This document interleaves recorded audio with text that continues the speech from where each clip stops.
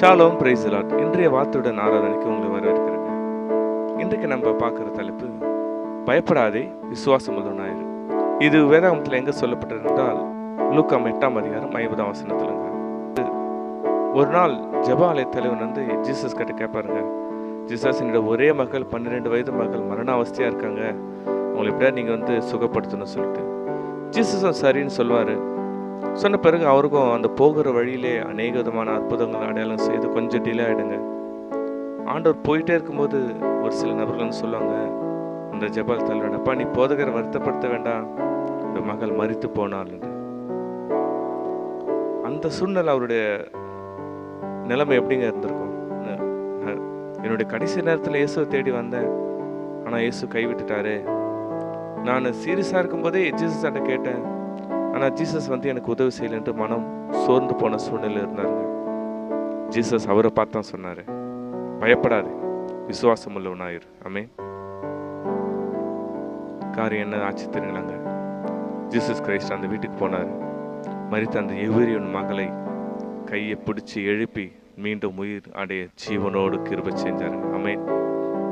இன்றைக்கு நம்ம வாழ்க்கையில் கூட அநேக சூழ்நிலைகளை நம்ம பிரச்சனை சிறுசாக இருக்கும்போதே ஆண்டவர் இடத்துல போய் ஜெபம் பண்ணணும், ப்ரேயர் பண்ணணும், ஆண்டவரை இன்னும் அதிகமாக தேடணும். ஆனால் அதிகமாக தேட தேட ஒரு சில நேரத்தில் நம்ம கைவிடப்பட்டது மாதிரி சூழ்நிலை இருக்கலாம். ஆண்டவரே உங்களை தான் நான் நம்பி இருந்தேன், ஆனால் ஏன் எனக்கு இந்த கைவிடப்பட்ட சூழ்நிலை? ஆண்டவரே எனக்கு இந்த பிரச்சனை சின்னதாக இருக்கும்போது உங்களை தேடி வந்தேன், ஆனால் எனக்கு என்னை கைவிட்ட போல ஒரு சூழ்நிலை ஆயிடுச்சுப்பான்னு நீங்கள் அநேக பேர் நம்மளுக்கு ஏற்பட்டிருக்கலாம். ஆனால் இன்னைக்கு ஆண்டவர் நம்மளை பார்த்தாங்க சொல்கிறாரு, இல்லைம்மா உன் பிரச்சனை முடியல, உன்னோட பிரச்சனை முடியல, நீ பயப்படாதே, இன்னும் விசுவாசம் உள்ளவனாயிரு என்று கர்த்தர் சொல்கிறார். மரித்த மகளை உயிரோடு எழுப்பின தேவன் இன்னைக்கு நம்முடைய பிரச்சனைகள் ஏமாத்துறாங்க. ஆமென். நம்ம வாழ்க்கையில ஒன்று சொல்லிட்டா கர்த்தர் வார்த்தையை நிறைவேற்றுவாருங்க. கர்த்தர் அந்த ஜெபாலயத்தின வாக்கு கொடுத்தார், சரிப்பா நான் சுகப்படுத்துறேன்னு. சூழ்நிலைகள் சாதகமாய் இல்லா கட்டிலும் கர்த்தர் தம் சொன்ன வார்த்தையை நிறைவேற்றி மகளை ஜீவனோடு எழுப்பி விட்டாருங்க. இன்றைக்கு கூட இந்த பாடலை நம்ம கூட சேர்ந்து பாட போறோம். ஆண்டவர் நமக்கு துவங்கி வச்ச காரியங்களை அவர் முடிப்பாருங்க. ஆண்டவர் நமக்கு வாக்கு தந்ததை அவர் நிறைவேற்றி முடிப்பாருங்க. சூழ்நிலைகள் சாதகமாக இல்லாமல் இருக்கலாம், இல்லை அநேக பேர் நம்முடைய காரியமே கவிழ்த்து போட்ட மாதிரி இருக்கலாம். கவலைப்பட வேண்டாங்க, கர்த்தர் துவங்கினவர் அதை முடிக்க கிருபை செய்வார். நமக்காக அவர் யாவற்றையும் செய்கிற தேவனா இருக்கிறார். அவர் கைவிடாத தேவனா இருக்கிறார். எனக்கு நம்மளை பார்த்தா சொல்ல, பயப்படாத, விசுவாசம் உள்ளவனார். பயப்படாம விசுவாசம் இல்லாம ஆண்டவரை பார்த்து பாடலை பாடி ஆண்டவர் ஆராதிக்கலாமா?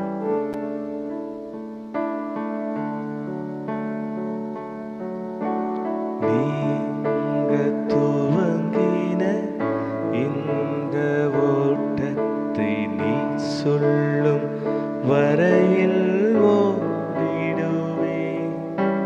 நீங்க துவங்கின இந்த ஓட்டத்தை நீ சொல்லும் வரையில் ஓடிடுவே. திசை 4 மனிதர்கள் அடைத்தாலும் நான் நோக்கும் ஒரு திசை நீ தானையா. திசை 4 மனிதர்கள் அடைத்தாலும் நான் நோக்கும் ஒரு திசை நீ தானையா.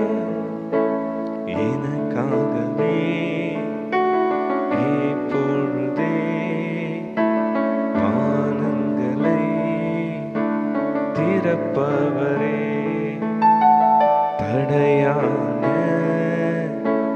பாதையிலும் ஜெயமாக வருபவரே.